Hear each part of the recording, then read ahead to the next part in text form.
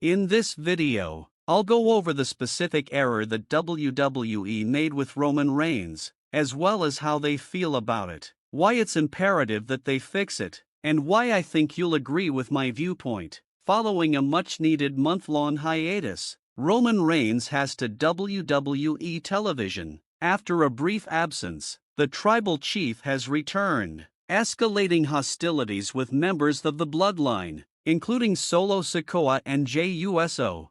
WWE has a full docket ahead of them as we get closer, or maybe as soon as you hear this, after the bash in Berlin. They're getting ready for some of the biggest events of the year, such Survivor Series to end 2024 and the much-awaited Saudi Arabian program Crown Jewel, which takes place in Atlanta, Georgia on October 5th. Though WWE must proceed cautiously, each of these occurrences is set to be crucial in the ongoing story of Roman Reigns and the bloodline. Roman Reigns cemented his status as our tribal chief by going on one of the most famous heel runs in recent memory. Fans have been gripped by the bloodline tale, his dominance, and his magnetism. It's imperative to fix this issue before it's too late. Though, as WWE appears to have mismanaged one part of this run, is there anyone else who recalls Paul Heyman? Who was the mastermind behind the Roman Empire's genius? Is there anyone else who would like to see Paul Heyman rejoin Roman? I'm sure that I do. It's critical to realize that Roman Reigns is scheduled to face Solo Sikoa and Jey Uso twice as we analyze this scenario. This gets us to the main point of WWE's possible error. There was a clear strategy in place when Roman took a break after WrestleMania 40. Where he famously turned Cody Rhodes over and gave him the undisputed WWE Championship. Even though Solo Sikoa hadn't won a huge battle since defeating John Cena in Saudi Arabia last year, it was clear that WWE wanted to position Solo as the next big thing. Despite WWE's extensive televised marketing of Solo, the historic triumph signaled the start of a losing skid. The timing and build-up were crucial. But fans understood that a bout between Roman Reigns and Solo Sikoa was unavoidable. However, after WWE signed Jacob Fatu, a big signing, rumors started to circulate. For those who don't know, Jacob Fatu is a really talented person. In addition to being a superior in-ring performer than Solo, he also possesses excellent promo abilities. As soon as they noticed, fans began demanding that Roman Reigns and Jacob Fatu square off. To their credit, WWE saw Jacob Fatu's potential and has taken tremendous measures to shield him from public view. With his incredible booking, it was clear that WWE had great things in store for him. However, this presents a problem. The meticulously crafted plans for Roman vs. Solo were called into question with the appearance of Jacob Fatu. WWE faced a new issue when it seemed that fans were more interested in watching Roman face Jacob Fatu than Solo Sikoa. In a startling scene on a recent SmackDown program, the Bloodline laid out Roman Reigns by powerbombing him through an announce table. Many fans, including myself, believed that this was only a plot device to get Roman off the show for a few weeks while WWE worked out what to do next in this intricate story.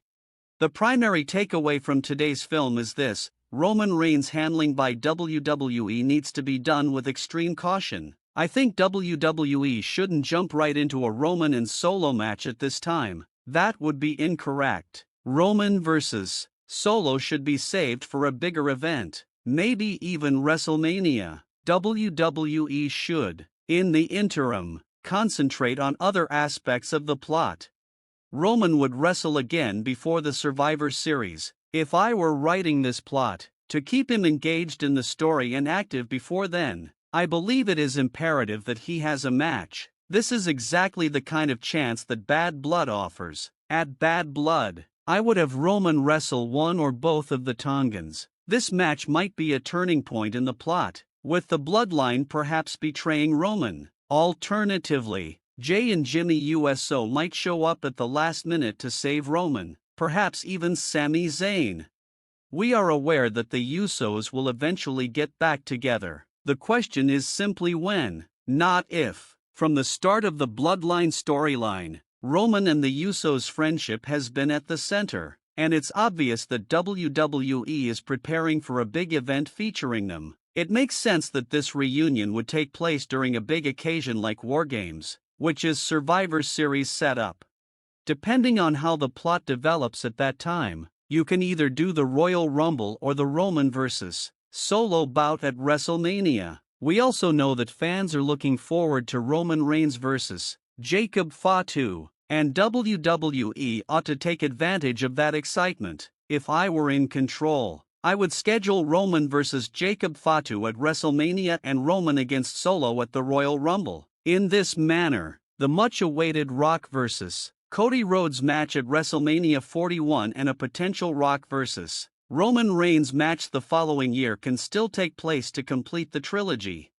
Roman Reigns would remain relevant and active while WWE would be able to complete all of these major matches, providing fans with the long-awaited dream matches. Allowing Roman to become very idle would be the worst thing WWE could do at this time. It had been 4 months since WrestleMania, the last time he wrestled. For any wrestler, let alone one as significant as Roman Reigns, that is an extended period of time away from the ring.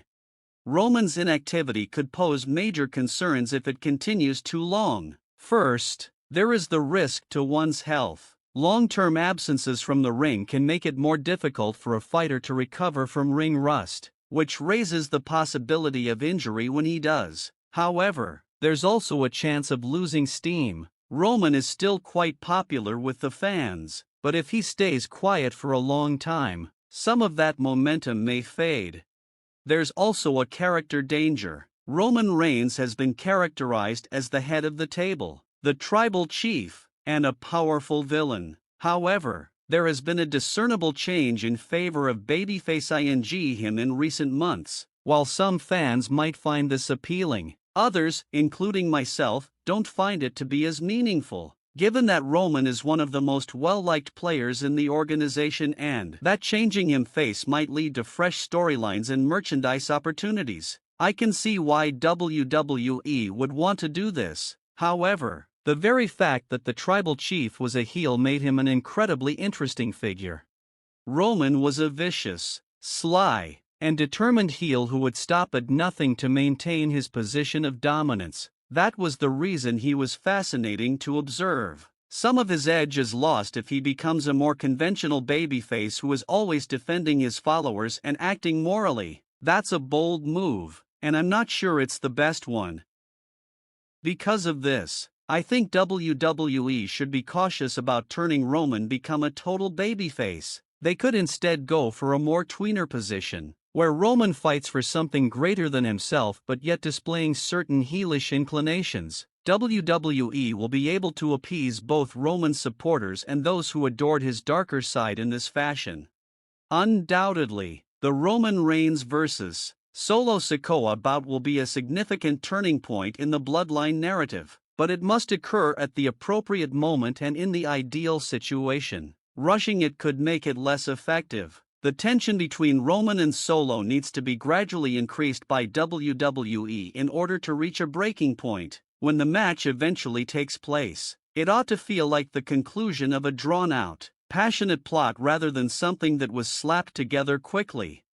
Jacob Fatu is the next in line. He presents WWE with a fantastic opportunity, which they must take cautiously. Roman Reigns might be the match that takes Fatu to the next level. He has the potential to be a breakout star. Once more, though, timing is crucial. When Roman vs. Fatu does happen, WWE needs to make sure it happens in a way that optimizes the impact for both wrestlers and the plot overall.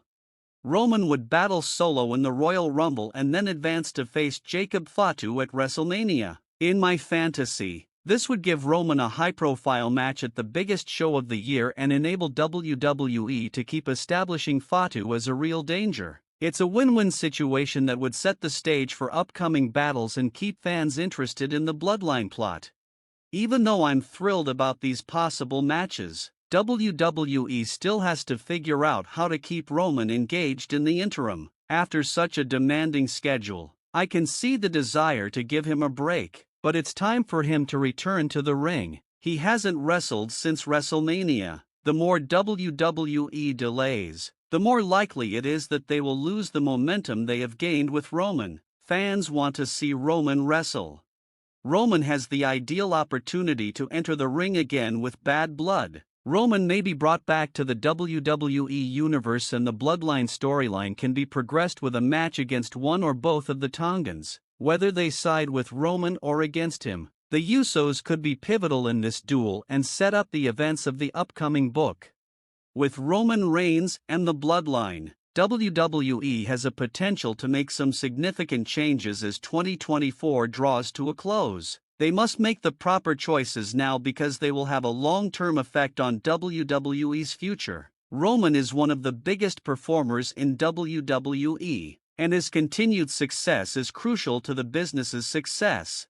I think WWE will treat this plot with the consideration it merits. With the Bloodline tale, they've done an outstanding job thus far, and I think they'll keep up the momentum, but they have to be careful not to move too quickly to keep fans interested and invested in the plot. Matches like Roman Reigns vs. Solo Sikoa, Roman vs. Jacob Fatu, and any possible match with The Rock or Cody Rhodes must be meticulously planned and carried out.